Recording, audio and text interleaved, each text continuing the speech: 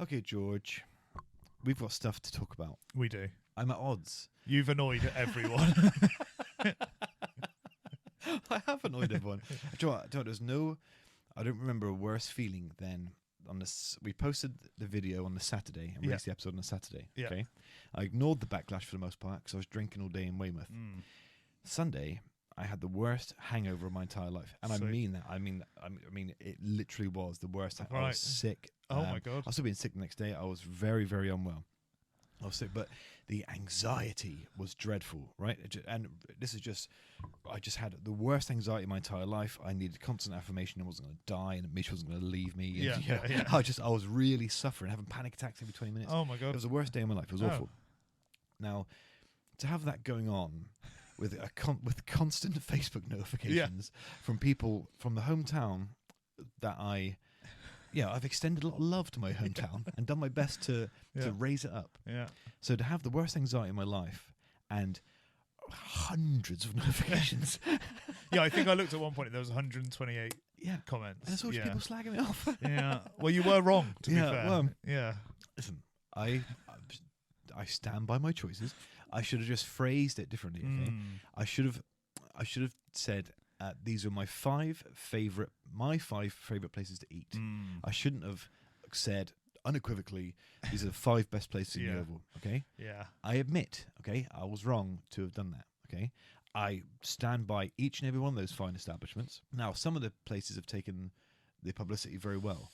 I saw there was a couple of comments from actual establishments in Yeovil, which was there were some places that wanted, that thought they deserved a mention. Yeah. And places. So for listener, let me bring you in. Okay, if you're an international listener and you haven't caught up with this, then on Facebook recently I posted a video from our last episode, which was top 5 places to eat in Yeovil, our hometown, and it was met with a very poor reception. Very poor. Upset a lot of people. And so what I've been dealing with is the backlash to that. Now, there is backlash from companies who thought they deserved a mention, and they absolutely do, such as Earl's Sandwich. Definitely. Love Earl's. Yep. Okay, brilliant. A lot of great places. There's some Thai place, I've not been, which is, I didn't even know existed. But apparently it's the most popular place on earth. I would say so, yeah. And at least in Yeovil. Yeah, hundreds of comments for this place going, what the hell, why didn't you mention this place? Yeah, agreed.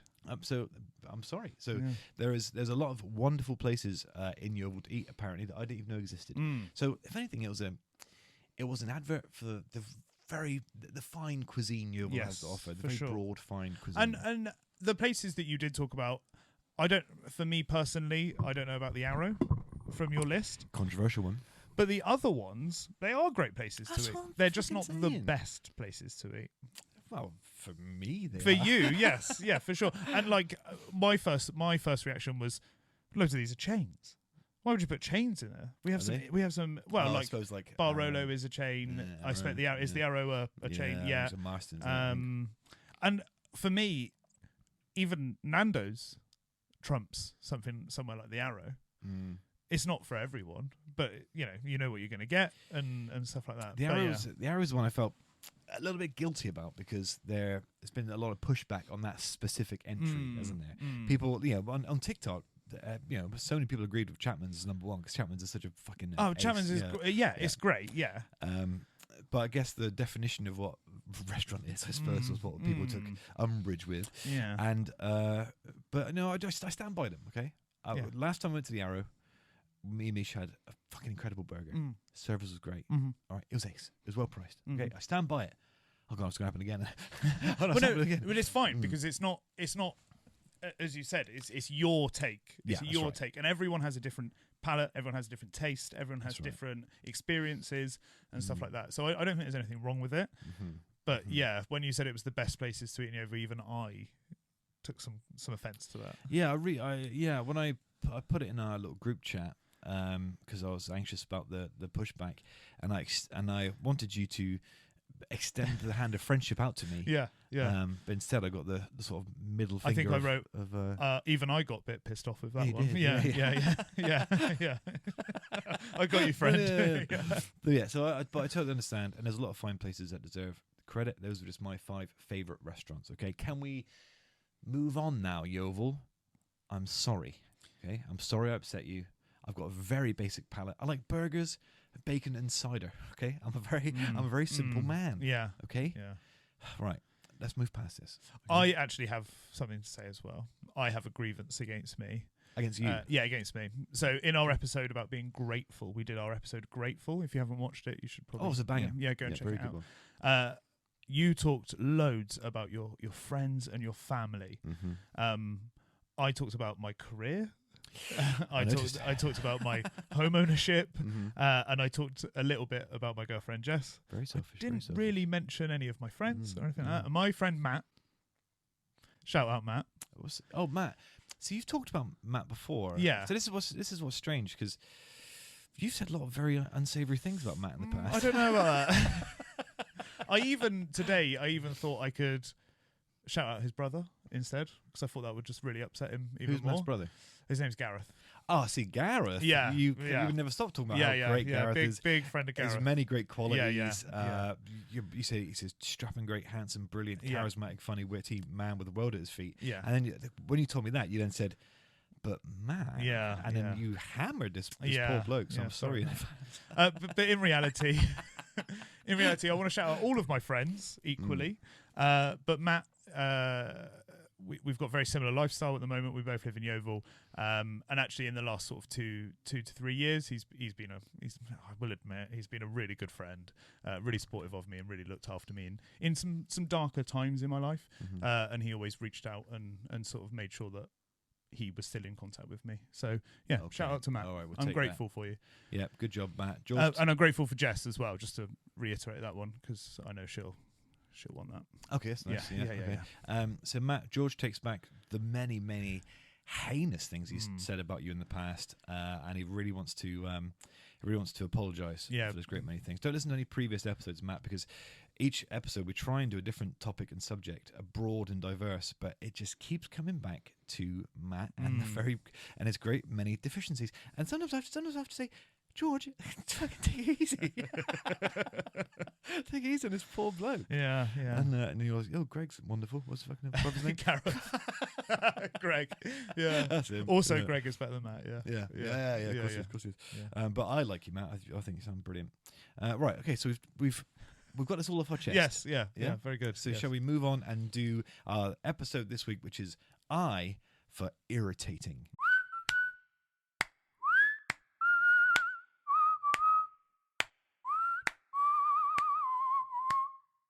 Before this episode starts, I just want to say thank you to Graham's Windows and Doors at grahamswindowsanddoors.co.uk. They are Yeovil's #1 provider of windows, doors, and conservatories. Thank you, James. Thank you, Sherelle. You're a brilliant company. Thank you so much for sponsoring us.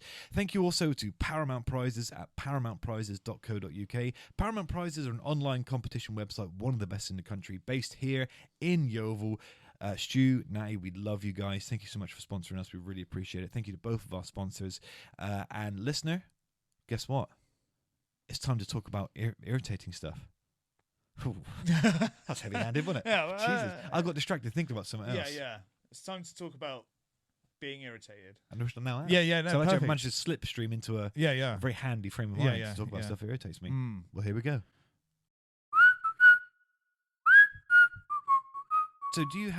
So this is I for irritating, stuff that irritates us, okay? And you observed earlier, we spend a lot of time irritated by things. Things are irritating. Yes. Existence is agony. But things are irritating. And then when I was like, okay, I'll just quickly make a list of things that are irritating for the show. I couldn't think of a single fucking thing. No, I couldn't think of anything. And I'm in a perpetual state of irritation. Yeah, me too. Yeah. With the state of, what irritates me is Kev. Wow. That's high on my list. Kev, on the last episode, Kev just fucking interrupted everything I was saying, right? And I was trying to do a Yeovil episode, and so I was trying to. I knew it was going to be clippable, okay? So I was trying to Kev would tee me up, and then I would go into a monologue about Yeovil and wax lyrical about that, all this. So it was beautiful, and he'd fucking cut me off because he got no attention span whatsoever. Yeah. He's got the most savage case of ADHD I've ever seen a human being have. So I go, well, Kev, the thing about Yeovil is, I've lived on these streets, I've bled on these streets. I'd like to walk in, and he'd go, well, and he'd fucking go off topic, and I go, hey, what the fuck? So, but Kev got his comeuppance when we went on our all day on Saturday. you know what's really embarrassing, actually? Kev fell over before we'd even really had a drink. Yeah, nice. We went out, me, Kev, and our friends Josh and Jed. And but the one sour spot on the day was, as we were walking from the first pub to the second pub, Kev just stacked it. Right? He fell over, and then but it was such an embarrassing fall because I had time to think as he was staggering. I had time to think. Kev, can you hurry up and fall over? Because people are watching. Right? It took ages, and he's a big old fella. So he was. It took him so long to fall down. So we had to make sure first he was okay. And then all the people in the street were commenting about how much we were laughing at him in the end. But it did take him a long old time. He was sort of falling sideways for ages. And I said, why didn't you fucking save yourself? You had enough time. You had enough time to write a book in the meantime. And he goes, I just couldn't get my right leg out from underneath me. And he couldn't. He was like stuck. I'm sorry. And that fucking tickled us. That tickled us for the rest of the day. And then with Lush Day, we were playing, the four of us are playing. Have you watched Last One Laughing on Amazon? I haven't watched it. Oh my God. No, it's wonderful. It's so funny. But we played that where if you laughed, then you had to buy the round and stuff. Right, and okay. It turned out to be a very expensive day for me because I'm just really shit You're just at that. a ticklish guy, aren't Yeah, you? I just laugh. I'm laughing at things all the time, and there's a particularly funny group. So it was a Lush Day. But so the thing that irritates me is Kev. But I feel better because Kev fell over and hurt himself. Yeah. Cheers, Kev. What irritates you, George? I think I've mentioned this on the show before. People stopping in an aisle in the supermarket, having a fucking conversation. Yeah. Like doing that, sword fighting with the trolleys. Yeah. Like, Jesus so you Christ. can't walk through. Yeah. Like it drives me. I am cursed with being me. So I've got it in my routine that I go to Tesco on a Saturday. Can't get it out of my routine. I live and work in Yeovil. I could go after work on a weekday where it's very quiet. It's lovely. But for some reason, I just can't not go on a Saturday. It's just ingrained in me. I wonder what reason that could be. I wonder what obviously diagnosable reason that is. I don't know. I wonder what obviously... no, of course, no, carry on. Yeah. No. But it's also... autism. But I also can't be in crowds of people. Yeah, I don't know. So I'm. It's like a double-edged sword. Brilliant. Yeah. So no matter what, I hate myself, and I have to put headphones in so I don't get a sensory overload. Me too. Yeah. But also, all the people, and I have stopped moving out of the way when people walk into me now. Yeah. And I get a lot of apologies now. People go, "Oh, so sorry," because people are just not even looking. They're just walking without looking and just walk into you. Zombies. Yeah, it's crazy. Plodding through life until a fucking George Gunton comes along. Yeah, and snaps them out of it. Ruffles. But sometimes you got to go. Hey, wake up! Yeah, you're living life. And the way you're living your life is interrupting mine. Yeah. But I'm the same. I'm a sucker for routine. Yeah. I'm a bitter man with a big ego and a low and a bad temper. So existence is tricky there. Because it is. There's nothing more infuriating in any fucking way. Or listen, I love the elderly. Okay, I'm going to preface what I'm about to say by saying I love the elderly. But when you're trying to get I move quick. My brain moves quick. You're the same. You move quick. You're trying to get from A to B. It's not a comfortable thing for me in this shop. The lights are bright for some reason. Everything's annoying. It's too many colours. Really loud. Everything's loud. Trying to get the hell out of there. Right, and then there's someone who's taking so long to walk, and we love them, we respect them. So you walk. You don't push past. You walk slowly behind them. Okay, but it feels like it takes an hour, doesn't it? Yeah. You want to go, get out. Yeah. You know what I mean? Well, sometimes I'll just go round. I'll walk up a different aisle. Yeah. Just to go to the top of the aisle that I was already in because I can't do it. What do you do? How do you navigate this? When you get to a supermarket, you see someone you know very early on, first minute or two of getting to the supermarket, you say hello. You're both starting the shopping journey. Yeah. You go different ways, but you're inevitably going to see each other. Yeah. What do you do? I think I've got the answer to this. Okay. So just leave. But just leave. Just say, fuck it. I guess this is his shop now. I'll come back Wednesday. And but I think I've got what I do is I call it out. Yeah. In the time, right? Yeah. So you acknowledge it straight away. You take the power out of that faux pas. Yeah, the power that they have. Yeah. What you do is you say, listen, what should we do? Should we agree to say hello again when I see you in 2 minutes down the next aisle? Nice. Or should we just ignore each other? Yeah. Or should we do a mix of eye contact and ignore each other? You make a little joke about it. And you deflate the potential awkwardness of that encounter. Yeah. Okay. Yeah. I was once helping my friend who had just bought a house get his first ever cleaning supplies. And he's like 12 years old and randomly has more money than anyone else I know. Nice. But we saw Josh White in Tesco, and I'm not very good at mixing my friends. And we started having a conversation, and I was just terribly awkward. So I apologise, Josh. But I was with this friend. It's not time for this George to come out. Yeah, that's right. Yeah. So then I was very confused. I totally agree with you. I've got a different personality for every group of friends I've got, right? Yeah. I'm a chameleon. That's why I've got groups of friends. That's why I'm so popular. That's because I've socially I'm able to adapt. Right? But I've had that before. Yeah. I remember being on the beach with my friend when we were younger. My friends Roxy and her, they were older. So Roxy and her friends were older, so I was hanging out with them. Yeah. Okay.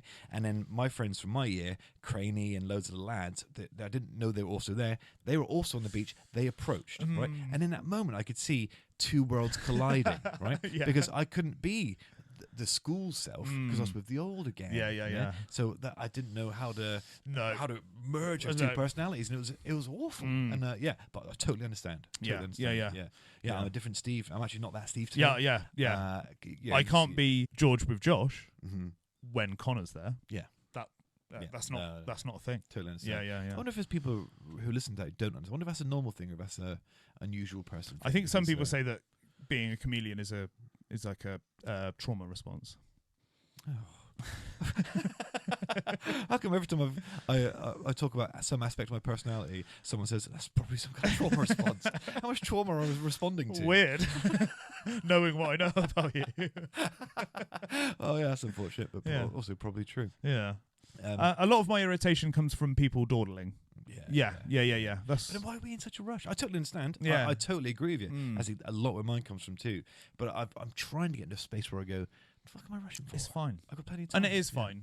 I don't have to go and do my weekly shop in 45 minutes. I can just not. Or do it on a weekday. Yeah. Again, shout out to Matt. He's always telling me I should do it on a weekday. Yeah. And I just can't.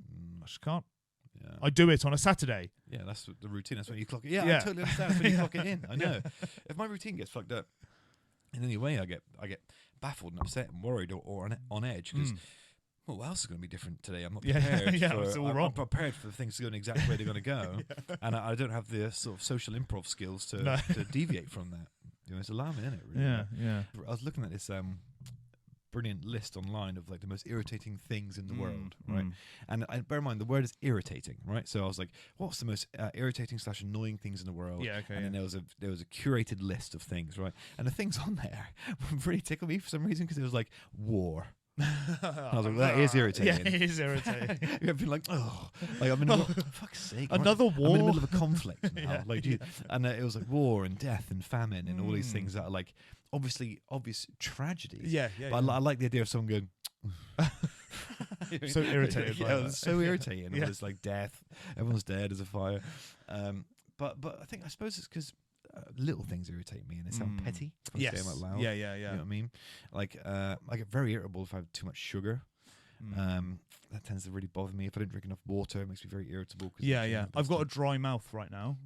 And that's really irritating me. Oh, I would have offered you some water, but I'm not a very good host. No, you never do.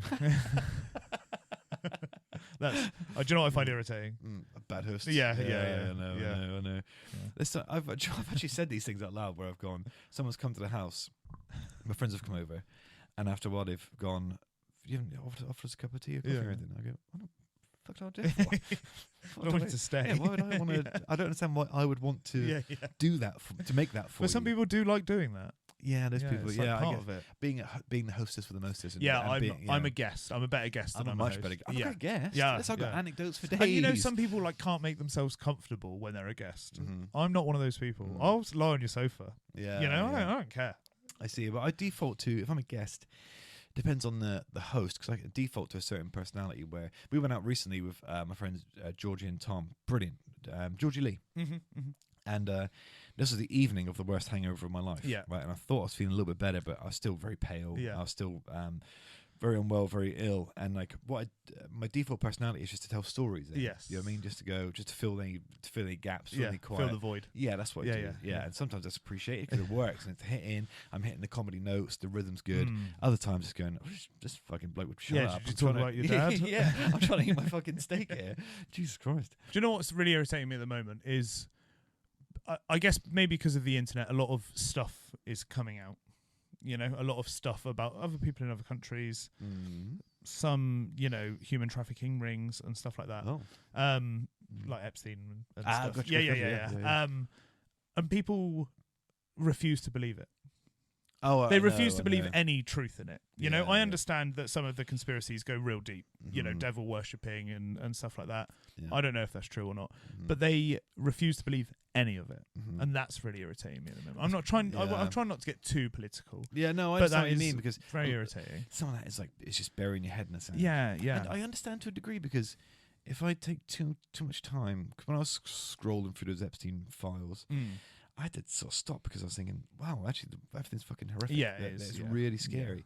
Yeah. If I look at the sort of Iran war at the minute, and fuel prices and places like the Philippines today, which are struggling for fuel, and you go, oh God, it's gonna be here sooner or later. Yeah. So if sometimes I give myself a few days where I'll get really into a conspiracy or an idea and allow myself free reign to think about it. But sometimes I go, I've got to raise a son. I'm making myself scared and alarmed, but I've got to raise a son here. I've got to go to work, and the whole time I'm going, everything's horrific and terrifying. I mean, but I've restocked the survival cupboard in the house. Yes, I did wonder about that. Yeah, water, toilet roll, stove in oil. there, gas. Oh, well, I mean, I've got the Philippines supply of oil in there, and I think, So I get burying your head in the sand isn't great. Yeah, you have to acknowledge it. It's scary, but there is people that just tend to, oh no, it'd be on BBC News if it was real. If it was, So and the trust in those sort of institutions was totally fractured during COVID. Wasn't it, really? Yeah. Especially when the truth started coming out afterwards about what could have been done differently, how the government responded, what they were actually doing whilst we were grieving our grandparents. They were partying in the fucking So stuff like that is why these institutions crumble, and why nowadays we're. Before, if you questioned the sort of the mainstream story, people would go, "All right, bud." But now they go, "That's probably sensible." It's probably a good idea to question why they're telling you. Yeah. Be careful. I know. Yeah. Do you know, I found when my anxiety was bad on Sunday and Monday, because I was at work having sort of panic attack and trying to fend it off. I googled. There's a great website that does just good news. Oh yeah. It's just a good news outlet, which is bold because. It's the bad news that sells and gets you clicks and stuff. But this good news place it's amazing. It makes you feel good about the world. It tells you the stuff that no one else wants to talk about because it's boring or not very clickable. Yeah. So that's good. Yeah. So war is irritating. War is irritating. So irritating. I got a new one, and I don't know if it's where I got a bit older, because I used to do this. People spitting. Oh my God, I know. And I'm a reformed spitter. Yeah, so am I. I used to spit quite a lot. Yeah. And now when I see someone do it, I'm like, ugh. Especially when they're gobbing. Ugh. Yeah. That's a real gob. You know what I mean? It's a real grim phlegm ball. Another thing, electric bikes and scooters. Oh my God. I've got one thing. Men on bicycles. Here we go. Now, I was going to say cyclists, but I thought that might offend some people. I know. And I've faced backlash for this before. Yeah. And it's not the cyclist's fault. I totally get it. It's a much healthier. It's a great way to travel. It's brilliant. I totally understand why you want to cycle. However, I cannot take a man on a bicycle seriously. I don't know what it is. Because I associate bicycles with children. Or teenagers or something. But when you see a man. Especially when he's lycra'd up. You're going to work. What are you doing? It's not the Tour de France. That sort of thing really, that affects me in a way that surprises me. Whenever I see it, I get like a physical... Yeah, I think I must have the same association with electric bikes and scooters, because the stereotype that I have is sort of criminals on them, or people for some reason, people that don't have jobs but have enough money to buy one, because I certainly don't have enough money to buy one. And that's just my assumption. So even if I see someone suited and booted going to work on an electric scooter, I'm like, doesn't have a job. I know what you mean, but I tend to think sex offender. Well, I'm saying I don't mean to, and it's not true at all. Yeah, but my brain does go to that place where I go, that for? Yeah, I mean, I probably don't look like I have a corporate job when people see me out in the streets, but for some reason, if I was on an electric scooter, doesn't have a job. Yeah. I know people. Electric scooters are tricky because I remember trying to rent one, and it's like you can't ride it on the pavement and you can't ride it on the road. Yeah. What the fuck can I? Well, they're like illegal, aren't they? Yeah. You can't actually have one. These are the councils. Yeah. The council's doing is a scheme. It's like, hey, take this, and then immediately just to try and bust you because you can't actually ride it anywhere. You have to carry it wherever you go. Yeah, that's quite irritating. Yeah, that's really irritating. Hello. There we go. Yeah, this is the episode I needed. Okay? Yeah, okay, this is the episode I needed. The last episode about Yeovil was a little bit dry. I was in a fucking awful mood going into it, and then because I was in a hideous mood anyway, I was angry, I was pissed off, I was tired. Coming in here, Kev irritated off, even. Really irritated. Yeah. So I came in here. I was pissed off already. Come in here. Kev pissed me off even more because when Kev comes in here, it's always like, I'll go like, right, come on, guys, we're trying to get in a really good. You'll notice this next time. Trying to get in a really good mood and comedy mindset. And he started going, I see what Trump's done.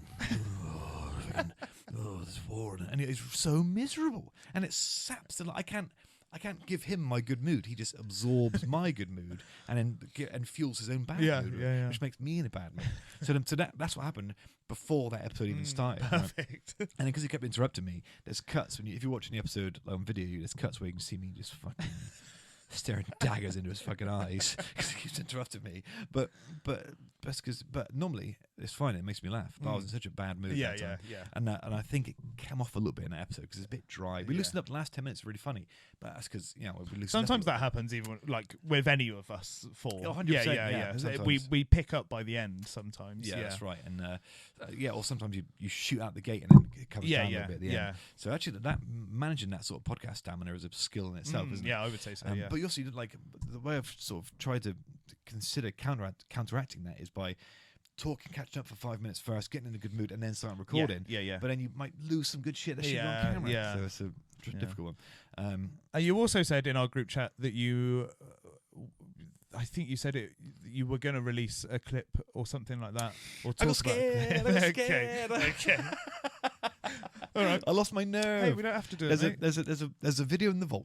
Yeah. Okay. So there was 2 videos that were supposed to be. They were cousin videos. Okay? Yeah.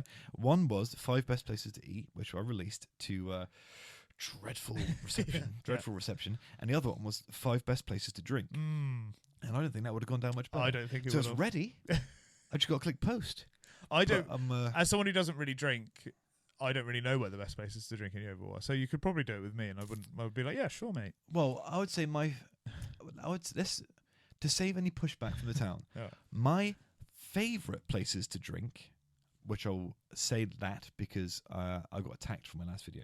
My favourite places to drink: Weatherspoons, Barolo, The Bell, The Arrow. That's right. They're back. Shout out. Yeah, because it's good. Places like, I love the Beehive. Okay, I don't know where that is. Little pub over by Tesco Bridge. Oh, right, okay. Really good. Yeah. Yeovil's got some great places to drink still. Not half as much. All the great pubs have gone. Yeah. Yeah, we used to drink at the White Horse when we were kids. And that was a great place, the White Horse. When you were kids? Yeah, we were. We were literally like 14, 15 drinking. Maybe that's why they're not there anymore. Yeah. Well, they're not there anymore. So yeah, probably. Yeah, they lost their license. And there's someone's got a picture of me and they're throwing darts at it. Because I lied about my age for so long. But we used to drink at the White Horse in Yeovil when we were kids, the Royal Marine, Black Horse. There was great pubs. Yeah. And but there's not so many pubs now, which is a real shame. I think you are quite limited on favourite places to drink in Yeovil now because there isn't much choice but to go. If you want to go into town, there isn't much choice but to go to Barolo. Yeah. Or somewhere like that if you want. Yeah, you got whatever. Great places. I mean, you got like Meet at 8 is a cozy place to drink. You got some good shows and stuff there. You got like Bougie Lounge, Chicago Rock. There's places to drink. Yeah. It's just not the same sort of variety as there used to be. Yeah. That's enough about Yeovil. We're beefing with Yeovil right now. Oh, sorry. Right? Yeah. Yeovil right now. I mean, Yeovil. We're having a lovers tiff. Yes. Okay. There's a lot of love there. Yeah. But it's, we're tiffing right now. Okay. So George, any last irritants? God, there's so many. Is there any celebrities or people that irritate you? Well, the trouble is it's mostly people that irritate me. Right. I have. Do you know who I don't like? The Rock. There's some You've in brought this there. up before. There's some in there. This might be the second or third time. Yeah, What is it? Let's talk. Let's get. I don't trust him. I don't believe you become. No one's that charismatic. No one's that giving. No one's that great. And I think there must be something under there. I will say on his charisma. I will say that recently I've got obsessed with old WWE videos, WWF videos, and that dude could improvise for 10 minutes on a microphone in front of 40,000 people. I get and that. It was electric. So I'm not doubting the rest of the stuff, but it's charisma. He is a charismatic dude. So he is a charismatic dude, but there must be. You don't get to that position that he's in today without breaking a couple of necks. Without. I suppose there has to be an element of ruthlessness. Yeah. But I don't know. I don't know. No. I mean, like we've said before, when it comes to any celebrity, always have a healthy distance from them because they are all you're getting is the PR perfected, polished version of them, not the real version. What, you don't think I should have an M&M toe on my leg? Do you have an M&M toe? I do. Yes. Do you really have an M&M toe? Yeah. Well, I wonder if the rap game is different because actually the thing that you're attracted to is the polar opposite of a PR version. Okay. It's the real gritty, dirty street version. Yeah, of them, maybe. So maybe that's a more real life glimpse into what their it's a very good point. is. Yeah. I do that a lot actually. I do that a lot. Do. Thanks for listening, guys. I really appreciate it. If you like that episode, can you please click the 5-star review button on Spotify, click follow. Those things really help. We are back on our journey to be the #1 podcast in the country, and we need your help to get there. George, where can people find you? I am the Good Lad Gamer on YouTube, Instagram, and Facebook. Come and have a watch. Come and see what I get up to on YouTube. And ladies, he takes it all off. Listener, thank you so much for joining us. I really appreciate it. And we will see you next time. Ciao, ciao, ciao, ciao. Why are you so surprised by that? I was like, it just came out of nowhere. I know. That's how it's brain works. Well, yeah. I can't help How it. irritating. Bye, everyone.